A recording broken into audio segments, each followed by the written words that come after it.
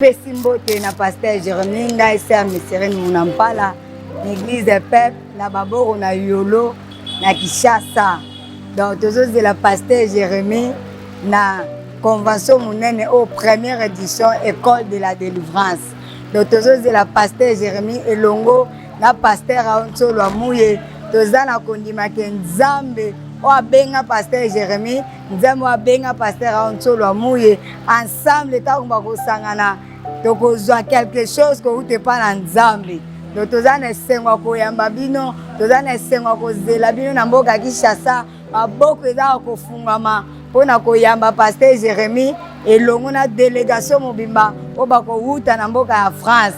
Donc Bible elobi tango Marie na Elisabeth basanganaki eloko moko esalamaki biso mpe tozela basali ya Nzambe oyo mibale tango bakosangana Nzambe alola aosala quelque chose awa na Congo na baboro Sibis. Shalom, shalom. C'est la sœur Bibiche Bilonda de l'église EPEP Kinshasa. Nous vous souhaitons la bienvenue, pasteur Jérémie, pour la première convention au Ekosalema na l'église EPEP Kinshasa. Toebike, Tokopambolama à travers ce que le Seigneur a mis dans votre bouche. Pasteur Jérémie, Tozo Zelayo, ici à Kinshasa, vous êtes la bienvenue. Shalom, peuple de Dieu. Ici, c'est l'église mère centrale EPEP Kinshasa.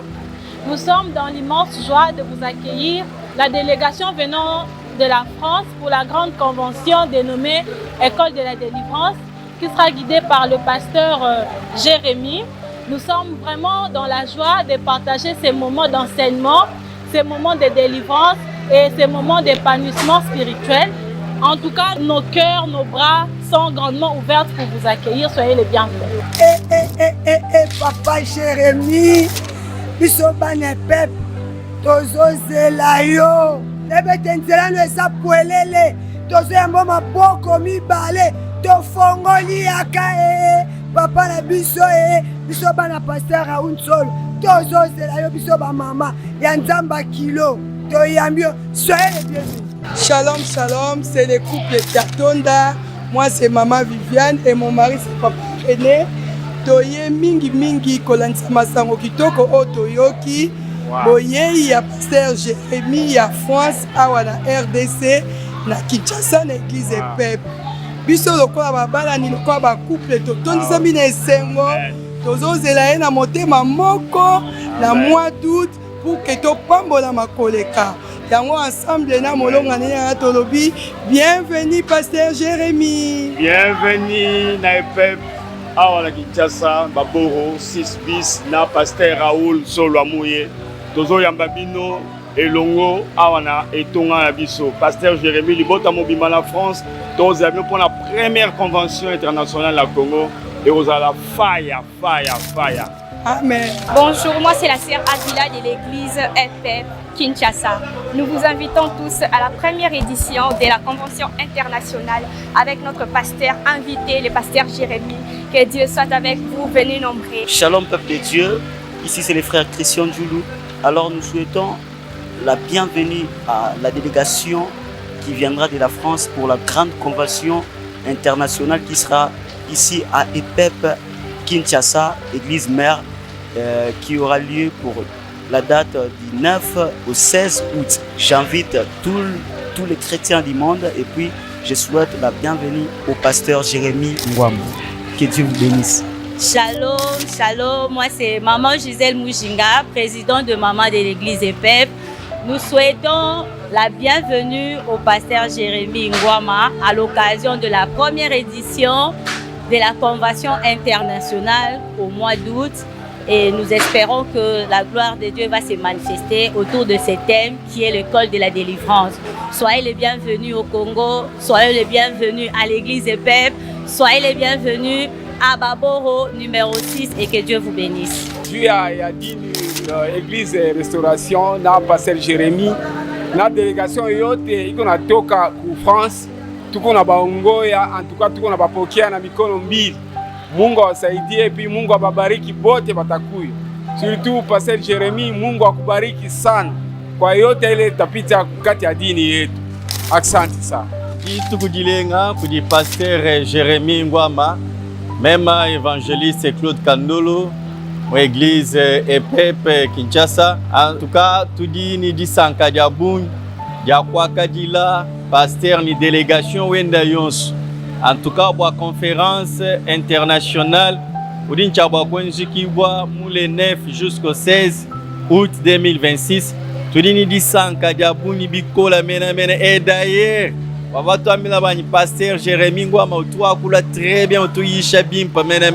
Na nguni tukwindi la bwani tukumva mushindu di nzambi wa mujulu wenzanep. Twasa kijila wabuni Zambi atumbishibo. Merci mingi bandeko bisika bozali nkola pambola bino toza ko préparer événement munene penza.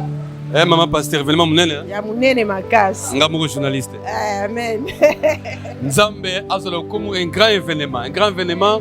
Donc, le 9 août, le 16 août 2026, awa na EPEP. EPEP na yolo, tozo yamba mutu munene, pasteur Jérémy Ngwama. Ngana ten koma pasteur Jérémy Ngwama. Tanga komba Maman Myriam tozela. Voilà. Donc, ngana ozela pasteur Jérémy, ya ozela maman Myriam. Donc, tozela bino mimbale na délégation église La Restauration. Église La Restauration est quand même pas pasteur Jérémy Ngwama Yemoko. Nzamba monabino na mboka France na province ya Metz. Nzamba monabino boye malam. Mabele o akongo pesa melebino. Donc musala yo sama kitoko et Seigneur a cotisé monoko mosali na pasteur Jérémy Ngwama makasi mingi pesa musam nene awa. Maman et au-delà une semaine. Donc le 9 août till le 16 août. Yozo mona le kandenge nini. En tout cas, ekoleka kitoko na ngola Nzambe. Papa tozozela bino délégation mobima tozozela boya bana EPEP bana posa bayoka yo tozozela Nzambe na biso kosala ya mingi. Voilà, bana EPEP tozozela bana ya restauration. Biso basana Nzambe pe tozozela basana Nzambe ya restauration. Les deux ministères, les deux églises, les deux pasteurs, l'onction et ko kita somo makamesa minene. Na basi na mibali, som ba couple.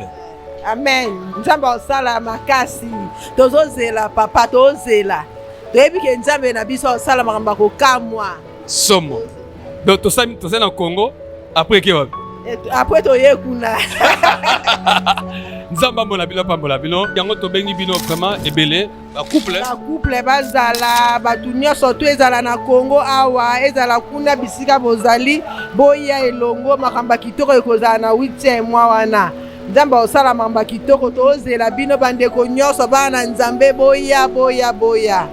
Na kwenye so capitale à Kinshasa boya, na Europe boya, tala pasteur Jérémy Ngwama na délégation église La Restauration ba uta France ti Congo ka pona Musa Nzambe. Alors yo pe so avion futa billet yaka gloire raison e pa Nzambe. Ozawa pi yaka na ba province yaka totombola Nzambe et ça terrible. Le Seigneur a se servir na ba sali na ye particulièrement le pasteur Jérémy Ngwama na biso pasteur Raoul Nsolamuye pona gloire ya Nzambe s'éclater. Yaka boye malamu tozela yo maman, papa, célibataire, couple, fiancé, boya pendant ce temps-là. Adresse Kamoko, avenue Baboro numéro 6 bis na Yolo Sud du 9 au 16 août 2026. Awa bisika tozali. Nzambe na biso ko visiter bino. Première convention internationale thème nango za l'école de la délivrance. Ba malade, ba to bazana ba problème, ba tourmenté na esprit, ba stérilité, makambu ya musala, richesse. Ola la pongi bien te olo tabando to mabe. Makambe tambola kate mbongo elimoka limoka yo. Osi mbongo be malade bimi. Makambe bele Yesu na biso akosala bele pendant une semaine. Awa lipata na nkembo. Une semaine ya terrible. Tobengi bandeko nyonso boya bakaba malade wana oyo bato babika te baka difficile Nzambe na biso cas difficile na cas impossible pasteur Jérémy zawana pona bato nyonso to akobondela pona bango bakomona loboko ya Nzambe. Amen. Yesu azolokum pasteur Jérémy tolingi bilomi église La Restauration, nous vous attendons.